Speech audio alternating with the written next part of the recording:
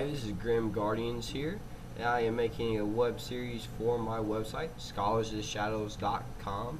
If you have not heard of it, please check that out. It's got a lot of great decks, articles, hero guides, and a bunch of other goodies for you.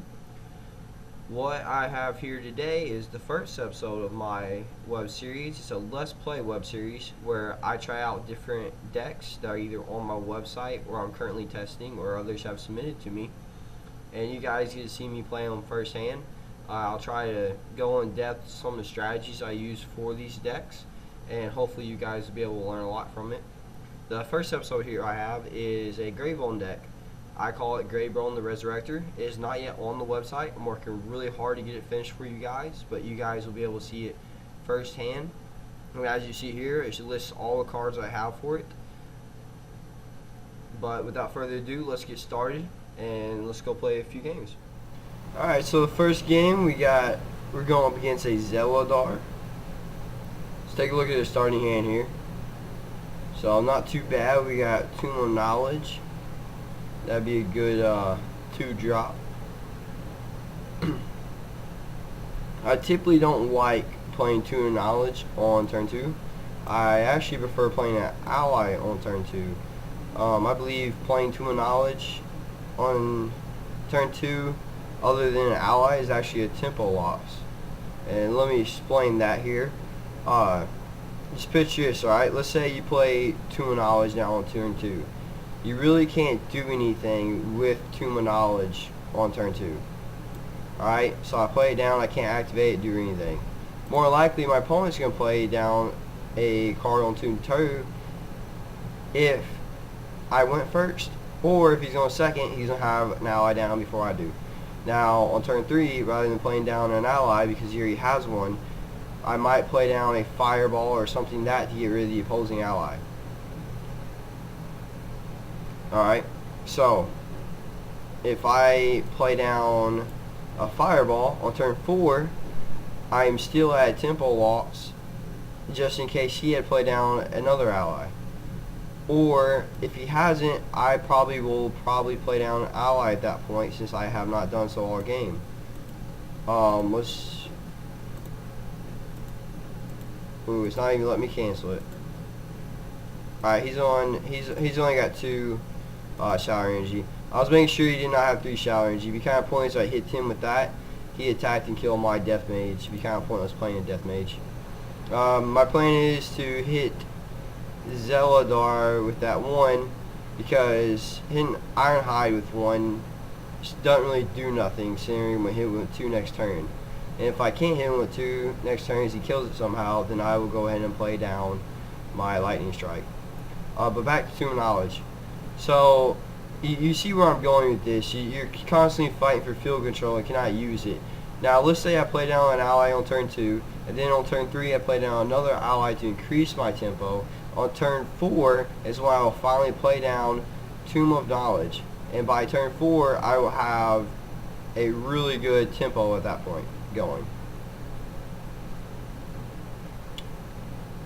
I will get rid of Lightning Strike. Play down my Death Collector.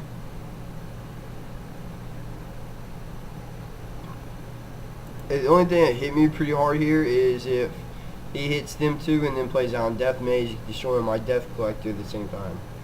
That'd be kind of a hard hit.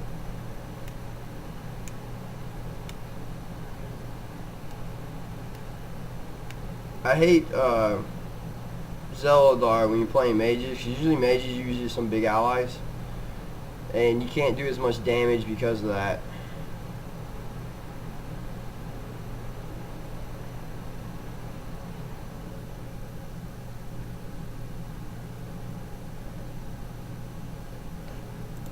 Where am I at?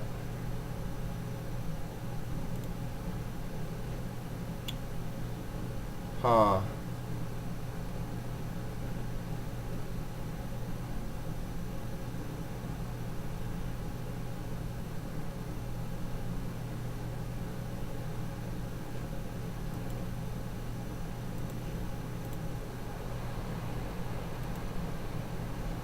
Alright, I really want to keep these And considering I'd be up to 5 resources, I would play 2 using this and 2 using that. I'm not even going to worry about sacrificing.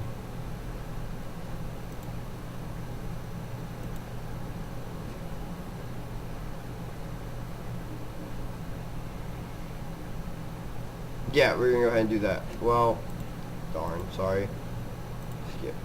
Let's go ahead and do that before my time runs out and I don't get to do anything. Sorry about that. I was debating what to do exactly.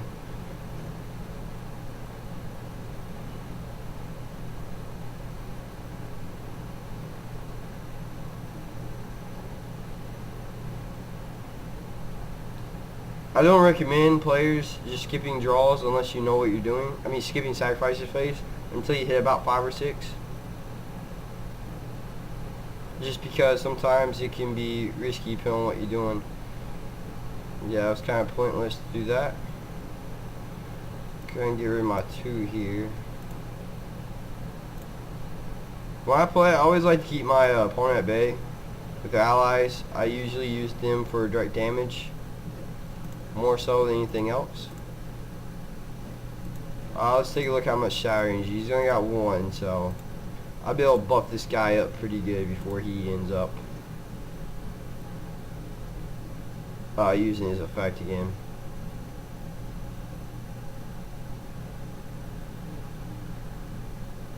But I kind of got sidetracked there. But the 2 knowledge thing, I think you guys get the gist of it though. Usually I wait till about turn 4 to play it down, then I can instantly use it. It's got an instant use rather than playing it and then have to worry about the field and then later using it. And it just gives your opponent an opportunity too. He's like, oh, he hasn't obviously drawn 2 knowledge yet. I'm not too worried about my item destruction cards, and he gets rid of his item destruction cards. Ringdoer is a unique ally, so I'm going to go ahead and sacrifice 1 of them.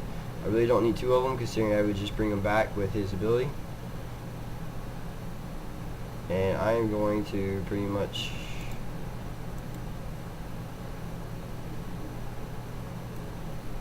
get rid of that, buddy.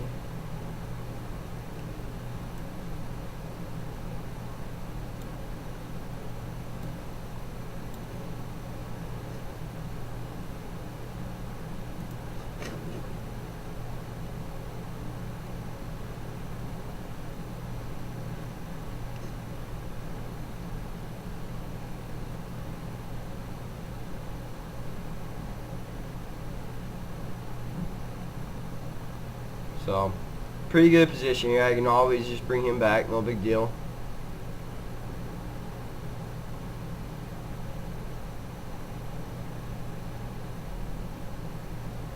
You always gotta be careful playing mages. Mages, they have a very weak health recovery system, so sometimes they'll kill you off pretty fast.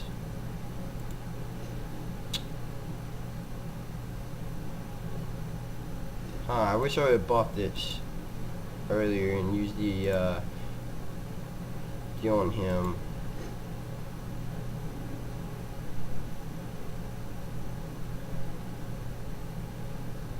That's alright. I'm gonna go ahead and do that anyways.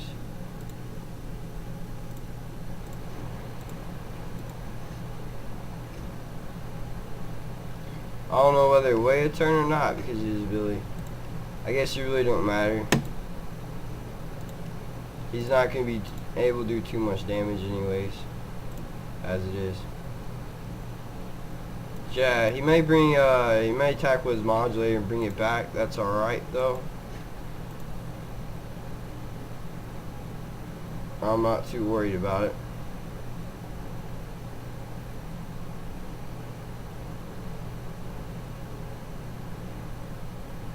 What would have been a smarter move for me to do instead of attacking Zeldar is to go ahead and attack the modulator. That way if he does somehow attack it, it'd be alright. It wouldn't matter. Alright, that's going to go to my hand instead of the graveyard.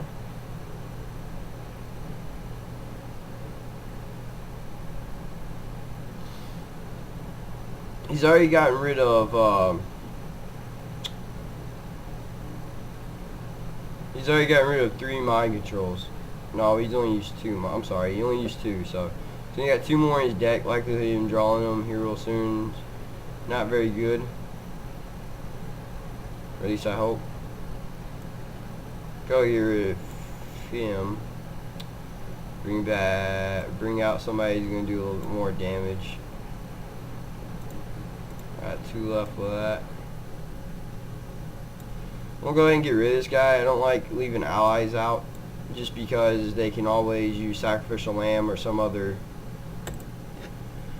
ability,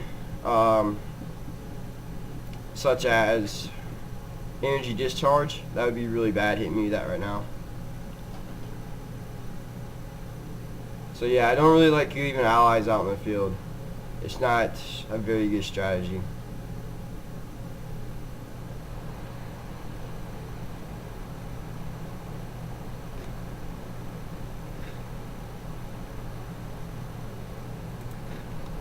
So let's see where we're at. He's got 3 more of them.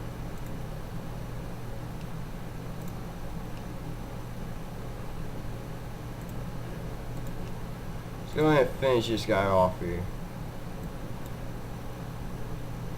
So what I'm going to do is what I would like to do anyways after this game. I would actually like to go back and actually pre-record a match already played that I feel like demonstrates this deck a little bit better to its ability. So you will not actually see the cards I sacrifice, but you will see me play and I'll be here to commentate on it. So hopefully you guys learned a little bit off this video. I get distracted playing rather than talking so much. So I don't know how much you guys actually learn, but I will try to do better with me not playing and just be able to talk on this next video I'll have for you. Like I said, I feel like it demonstrates this deck a little bit better. Alright, so he's definitely knocked me down quite a bit.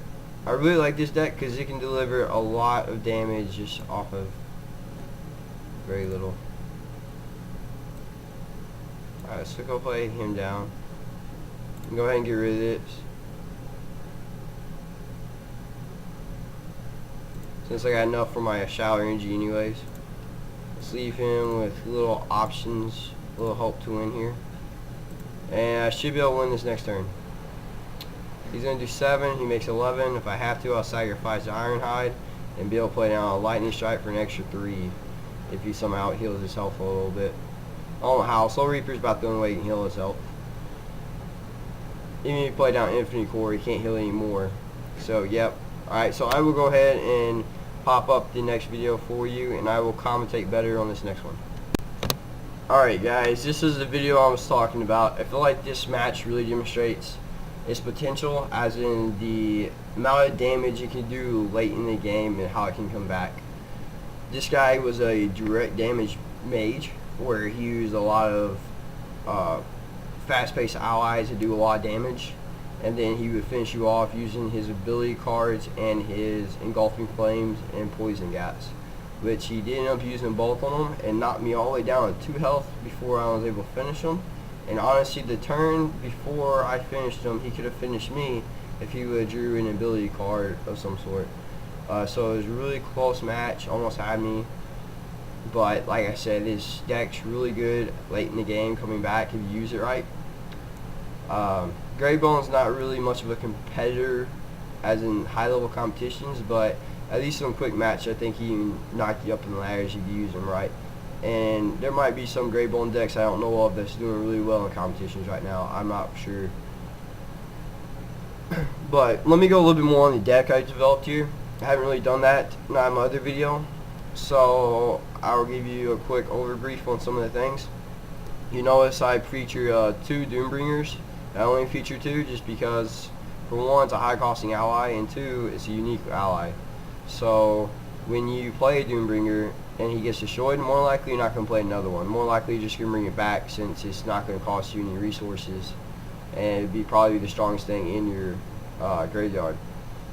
So I have 2 though, because it helps with the probability on drawing him faster.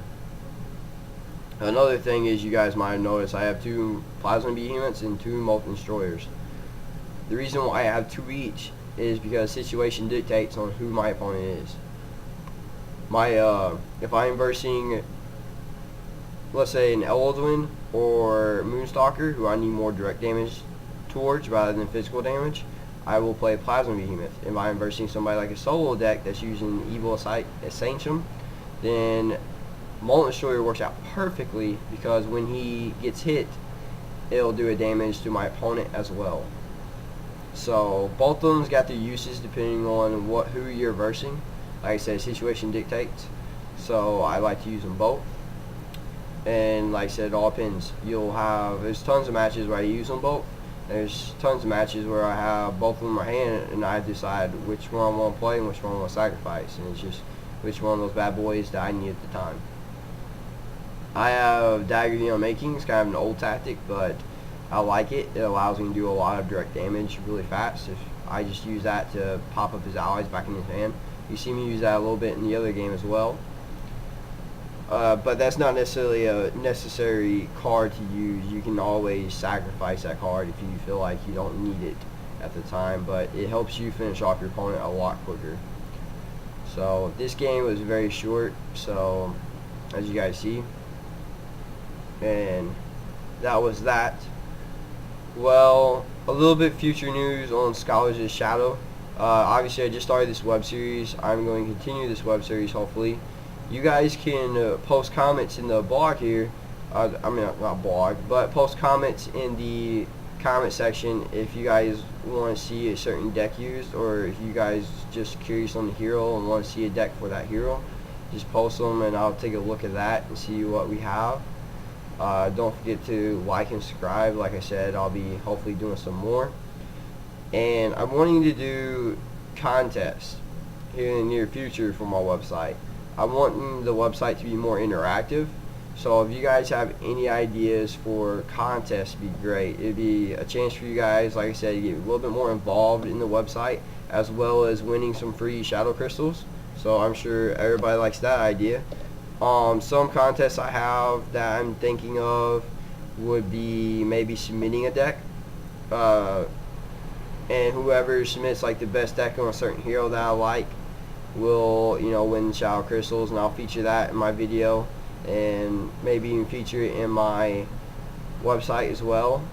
And of course, credit would be given to the players. And that's another thing. If you guys want to submit decks to the website, that would be awesome. It's something I do for free, obviously.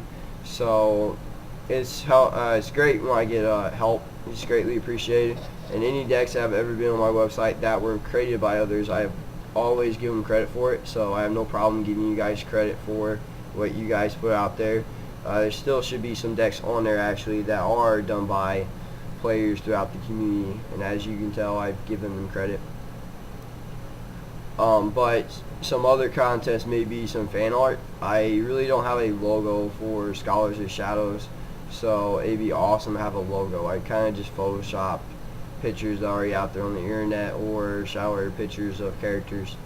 So maybe something like that would be great too.